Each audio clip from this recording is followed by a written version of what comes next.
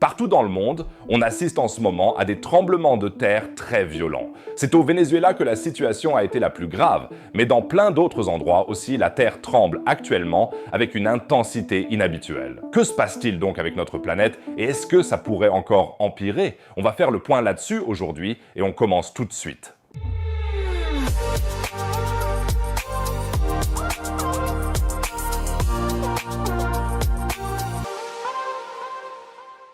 N'hésite pas à me dire dans les commentaires si tu as déjà vécu un tremblement de terre et si oui, où ça s'est passé. Et si tu veux rester au courant des dernières actualités géologiques, n'hésite pas à t'abonner à la chaîne. Ça ne coûte rien et tu recevras toujours une notification. Et si tu es déjà abonné, n'hésite pas à soutenir la vidéo en cliquant sur j'aime. 5000 j'aime devraient suffire pour apaiser l'algorithme de YouTube. Merci beaucoup les amis.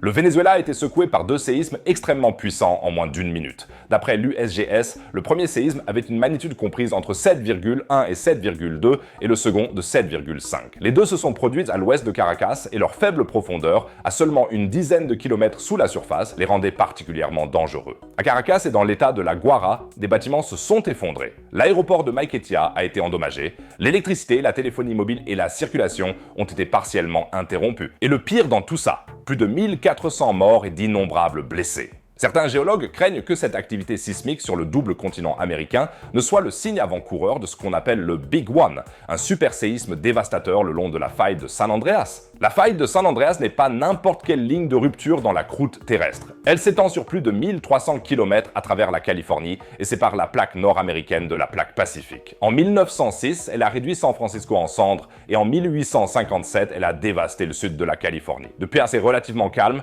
du moins en ce qui concerne les très gros séismes.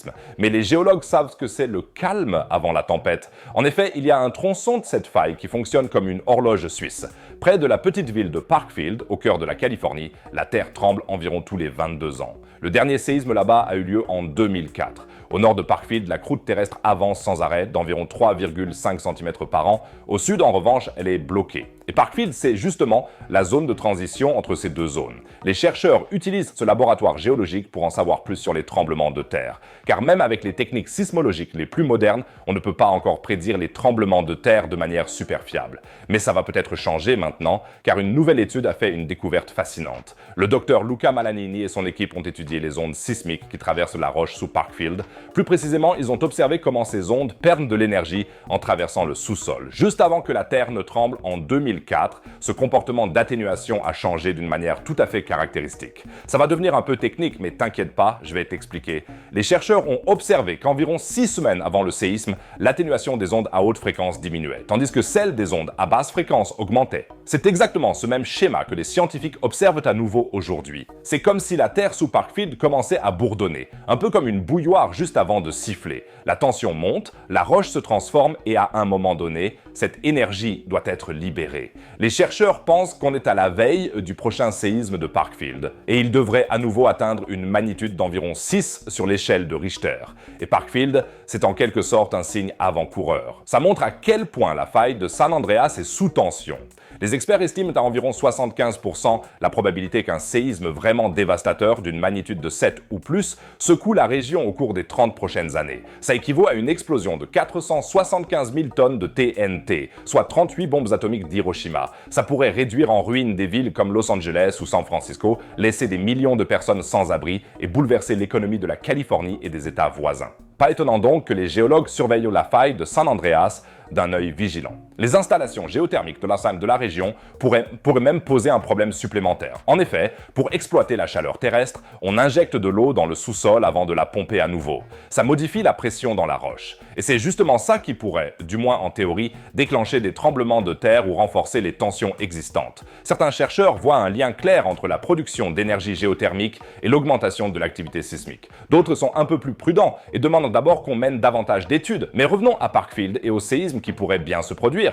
Qu'est-ce que ça signifie concrètement pour les gens sur place? Parkfield est minuscule, il n'y a qu'une vingtaine d'habitants. Mais les connaissances qu'on acquiert ici pourraient sauver des vies dans toute la Californie. Car si on apprend à reconnaître les signes avant-coureurs des séismes, on pourrait peut-être un jour développer des systèmes d'alerte précoces encore plus efficaces.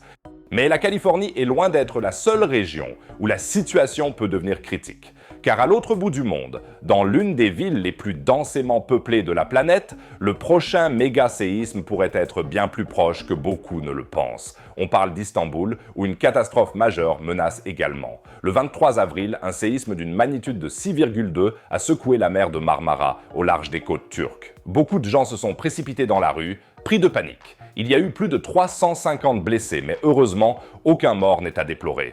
Mais ce qui, pour la plupart, ressemble à un événement isolé et effrayant, est pour les sismologues une pièce inquiétante d'un puzzle bien plus vaste.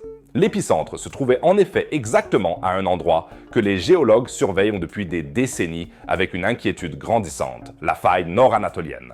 Cette gigantesque ligne de rupture, longue d'1,5 millier de kilomètres, traverse la Turquie et passe à seulement une vingtaine de kilomètres au sud d'Istanbul. Et c'est précisément là que s'accumule depuis des siècles une tension énorme qui pourrait finir par se décharger sous la forme d'un séisme catastrophique. Les tensions libérées par le séisme accentuent encore la pression sur la faille. La faille nord-anatolienne est ce qu'on appelle une faille de transformation.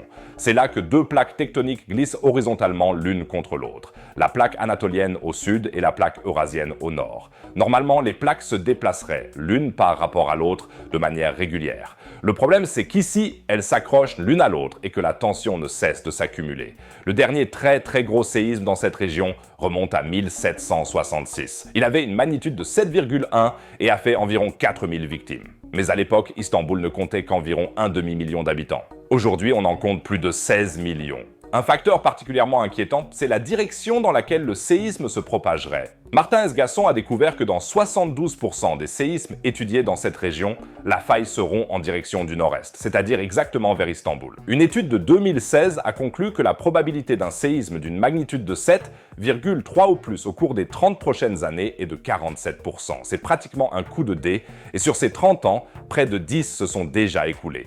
Le dernier événement majeur a été le terrible séisme d'Izmit de 1999, d'une magnitude de 7,6 qui a coûté la vie à plus de 17 000 personnes. Mais les scientifiques n'abandonnent pas. Ils essaient de surveiller la faille du mieux qu'ils peuvent. Outre les sismomètres classiques et les stations GPS, on utilise désormais des méthodes assez innovantes, par exemple en exploitant les câbles à fibre optique inutilisés des opérateurs de télécommunications. Ces câbles peuvent servir d'énormes capteurs pour mesurer les mouvements du sol avec une grande précision. À terre, il y a un point de mesure par mètre. Grâce à ces mesures, les scientifiques peuvent déterminer dans quel quartier un séisme amplifierait particulièrement les secousses. C'est là que les dégâts seraient les plus importants. C'est donc une information précieuse pour les urbanistes et les services de protection civile. Les normes de construction modernes, si elles sont respectées, pourraient améliorer considérablement la sécurité des bâtiments. À Tokyo, par exemple, une autre métropole située dans une zone sismique très active, des normes de construction strictes et des exercices réguliers ont permis de limiter les dégâts, même lors de séismes puissants. Mais pour Istanbul, le chemin à parcourir est encore un peu plus long. Trop de bâtiments anciens et instables, trop peu de temps pour les renforcer ou les démolir. C'est une vérité dérangeante avec laquelle des millions de personnes se réveillent et s'endorment chaque jour. En tout cas, les recherches sur la faille nord-anatolienne se poursuivent et chaque nouvelle découverte pourrait aider à sauver des vies. La combinaison des tremblements de terre et des éruptions volcaniques est toujours particulièrement inquiétante. Et c'est exactement ce qu'on a à Tenerife. Avec ses 3715 mètres, le Teide n'est pas seulement la plus haute montagne d'Espagne, mais aussi le troisième plus haut volcan insulaire du monde. Mais la taille, ce n'est pas tout. Ce qui se passe à l'intérieur de la montagne est bien plus important. Et c'est justement ça qui inquiète les volcanologues. Le Comité scientifique d'évaluation et de surveillance des phénomènes volcaniques des îles Canaries, ou CCES, a publié un communiqué inquiétant. On y lit que le volcan Teide présente une activité géophysique caractérisée par une sismicité accrue, des déformations géodésiques et des émissions de gaz. Laisse-moi te traduire ça. La montagne tremble, se déforme et rejette plus de gaz que d'habitude. Et ce sont là des signes typiques qui indiquent que quelque chose se prépare à l'intérieur du volcan. Le comité s'est réuni à la suite d'une série de secousses qui s'est produite le 22 janvier au pied sud du Teide, et ça indique une activité directe dans le sous-sol. L'activité du Teide avait nettement augmenté ces dernières années. Depuis 2016, des réseaux de surveillance enregistrent les changements géophysiques sous la montagne, et surtout depuis 2022, les signes d'activité volcanique se sont fortement multipliés. Les chercheurs observent plusieurs évolutions inquiétantes. Des essaims sismiques, des déformations du sol et des fluctuations dans les émissions de gaz volcaniques. Selon les scientifiques, tous ces facteurs indiquent une augmentation de la pression dans le système hydrothermal situé sous le volcan stratifié. La dernière éruption majeure du Teide remonte à un certain temps déjà. Elle a eu lieu en 1909, soit il y a plus de 110 ans. À l'époque, le volcan n'était toutefois pas encore entré en éruption au niveau du cratère principal, mais au niveau d'un cratère secondaire appelé Shigeru. L'éruption a duré 10 jours, mais n'a heureusement détruit aucune localité. La dernière grande éruption du cratère principal remonte à encore plus longtemps. Elle s'est produite il y a environ 1150 ans. Le Teide pourrait donc être sous une sacrée pression. Et en plus, le Teide est l'un des plus grands volcans d'Europe et a été classé par les Nations Unies parmi les 16 volcans de la décennie à l'échelle mondiale. Ce sont des volcans particulièrement dangereux en raison de leur taille, de leur emplacement et de leur historique d'éruption. Dans le pire des cas, on pourrait assister à d'énormes coulées pyroclastiques dévalant les pentes de la montagne à grande vitesse. La capitale de l'île, Santa Cruz de Tenerife, ainsi que les centres touristiques du sud-ouest de l'île seraient touchés par les cendres volcaniques. En cas d'éruption majeure, le trafic aérien devrait sans doute être complètement suspendu. Le nuage de cendres pourrait paralyser tout l'espace aérien des Canaries, comme l'éruption de ce fameux volcan islandais en 2010 qui a paralysé le trafic aérien européen pendant des jours. Je n'essaie même pas de prononcer son nom. Heureusement, les experts ne voient pas de danger immédiat, du moins pour l'avenir proche, mais il faudrait quand même prendre des mesures pour préparer la population grâce à des exercices. Les autorités ont considérablement renforcé la surveillance du volcan ces dernières années. Aujourd'hui, le Teide est l'un des volcans les mieux surveillés au monde. Un réseau dense de sismomètres, de stations GPS et de capteurs de gaz enregistre le moindre changement, aussi infime soit-il. Si la situation venait à s'aggraver, les scientifiques s'en rendraient donc compte à temps. En cas d'éruption imminente, la population disposerait d'au moins 72 heures pour évacuer. On a vu que l'Amérique du Sud, l'Amérique du Nord, la Turquie et les îles Canaries ont toutes été touchées par des tremblements de terre. Mais ce que beaucoup de gens ignorent, c'est que même au cœur de l'Europe, en Allemagne, on n'est pas à l'abri des phénomènes tectoniques. Plus précisément le long de la vallée du Haut-Rhin dans le Bade-Wurtemberg, toute la région est un véritable spectacle car le Graben du Rhin supérieur est une formation géologique fascinante qui s'étend de Bâle au sud jusqu'à Francfort au nord. Il y a des millions d'années, des processus géologiques extrêmes étaient à l'œuvre ici lorsque la croûte terrestre a commencé à s'étirer en Europe centrale, entraînant une fissure semblable à un rift. En termes géologiques, une plaque tectonique relativement rigide s'est déplacée horizontalement à cet endroit. À cette époque, les plaques eurasiennes et africaines dérivaient l'une vers l'autre. Un processus qui a principalement donné naissance aux Alpes, mais qui a aussi provoqué un étirement de la croûte terrestre aux points les plus faibles, entraînant l'affaissement de la zone pour former une vallée de rift. Cependant, cette dépression a été comblée à plusieurs reprises par des sédiments provenant des zones voisines qui s'y sont déposés. Une fois la vallée de rift formée, les plaques tectoniques se sont à nouveau soulevées, ce qui a finalement donné à la vallée du Haut-Rhin sa forme actuelle. En fait, la région présente encore aujourd'hui une sismicité élevée et des tremblements de terre se produisent en moyenne tous les quelques mois. Ces tremblements de terre sont toutefois très mineurs, d'une magnitude de 3 au maximum, mais peuvent être ressentis par les personnes situées directement à l'épicentre du séisme. Les chercheurs indiquent qu'environ tous les 10 ans, des séismes plus importants se produisent, ressentis dans toute la région et qui, avec une magnitude de 5, peuvent même causer des dégâts. En 1356, un séisme dévastateur a frappé la région autour de Bâle, juste sous le village de Reinach. Des maisons se sont effondrées, les gens se sont enfuis dans la panique dans les rues, la ville a pris feu et presque toutes les églises et tous les châteaux des environs ont été endommagés. Les chercheurs estiment aujourd'hui que ce séisme devait avoir une magnitude de 6. Il existe encore aujourd'hui ce qu'on appelle des zones faibles dans la vallée du rift du Rhin supérieur, créées par la pression de la plaque africaine contre la plaque eurasienne. Ces zones se situent le long des lignes de faille qui se sont formées lors de l'activité tectonique du rift et présentent une vulnérabilité accrue aux événements géologiques tels que les tremblements de terre ou même le volcanisme. En d'autres termes, ce sont essentiellement des points de rupture sismique prédéterminés. Dans ce cas, on parle de sismicité intraplaque, c'est-à-dire une activité sismique qui se produit à l'intérieur d'une plaque tectonique plutôt qu'à ses bords. Selon les chercheurs, l'activité le long de la vallée du rift du Rhin supérieur est modérée à l'échelle mondiale et loin d'être aussi intense que dans les régions sujettes au séisme, situées directement aux limites des plaques tectoniques comme en Turquie. La recherche dans ce domaine reste néanmoins importante, car si un fort séisme venait à frapper la vallée du Rhin supérieur aujourd'hui, les conséquences seraient dévastatrices. Dans cette région en partie densément peuplée, les bâtiments et les infrastructures pourraient subir des dégâts importants s'ils ne sont pas construits pour résister au séisme. C'est pourquoi il est essentiel de se préparer à toutes les éventualités ici aussi.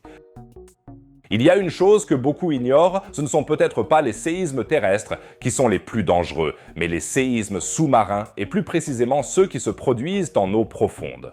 Le 10 mai 2018, les habitants de l'île de Mayotte, située dans l'océan Indien et qui appartient à la France, ont été surpris par un séisme.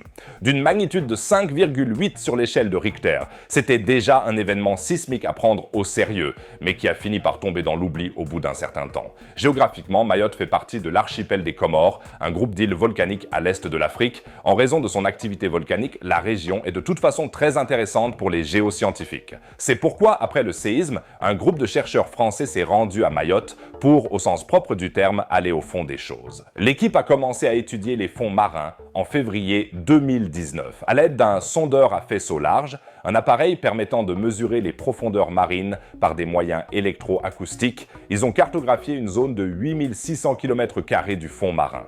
Dans cette zone, les scientifiques ont installé un réseau de sismomètres sur le fond marin à une profondeur pouvant atteindre 3,5 km. Entre le 25 février et le 6 mai 2019, 17 000 événements sismiques ont ainsi été enregistrés à une profondeur pouvant atteindre 50 km sous le fond marin. Les chercheurs ont été très surpris par la profondeur de ces séismes, car les événements sismiques mesurés au fond de la mer se produisent généralement beaucoup plus près de la surface. Grâce aux données des sismomètres et à celles relevées lors du séisme à Mayotte, les chercheurs ont pu reconstituer exactement ce qui s'était passé. Il s'agissait de la plus grande éruption volcanique sous-marine jamais enregistrée. L'éruption survenue au fond de l'océan au large de Mayotte a donné naissance à un gigantesque volcan sous-marin. Les chercheurs français ont aussi une hypothèse sur la façon dont la formation du volcan aurait pu se dérouler dans ce cas précis. Selon eux, tout aurait commencé par un réservoir de magma situé dans le manteau. Et sous le nouveau volcan, des processus tectoniques auraient pu l'endommager, ce qui aurait alors poussé le magma hors de la chambre à travers la croûte vers la surface, provoquant ainsi une multitude de séismes. Le flux de magma a finalement atteint le fond marin, où une éruption s'est produite, projetant environ 5 km³ de lave et formant ainsi ce nouveau volcan. Vu les forces incroyables qui sont à l'œuvre ici, rien ne dit bien sûr que le processus géologique soit déjà terminé. Ce serait d'ailleurs un moyen d'en apprendre davantage sur l'intérieur de la Terre et les différentes couches de notre planète. On est encore loin de pouvoir forer jusqu'aux couches profondes de notre Terre, sous la croûte, pour voir de nos propres yeux ce qui s'y passe. C'est pourquoi il faut toujours considérer les événements sismiques comme une fenêtre sur l'intérieur de la Terre. Et cette histoire montre une fois de plus qu'on en sait parfois tout aussi peu sur notre propre planète que sur l'espace. J'espère que vous êtes désormais au courant de ce qui se passe actuellement au niveau de la géologie de notre planète. Je continuerai à vous tenir au courant de ce genre d'événements tectoniques à l'avenir. N'hésitez pas à vous abonner à la chaîne et pensez à cliquer sur « J'aime » pour atteindre les 5000 likes. Et maintenant, passons des catastrophes terrestres aux accidents dans l'espace. En effet, un télescope spatial de la NASA est en train de s'écraser de manière incontrôlée sur la Terre. Ce n'est pas une blague. Si rien n'est fait, il se retrouverait très vite sur une trajectoire de collision avec nous. Et la NASA a lancé une mission de sauvetage complètement dingue pour éviter le pire. Pour savoir exactement de quoi il s'agit, regarde la vidéo affichée en haut à droite. C'est vraiment super passionnant à voir absolument. En bas à droite, comme d'habitude, une autre vidéo sur la science et l'espace. Sinon, je dirais qu'on se retrouve dans la prochaine vidéo. Prenez soin de vous, les amis.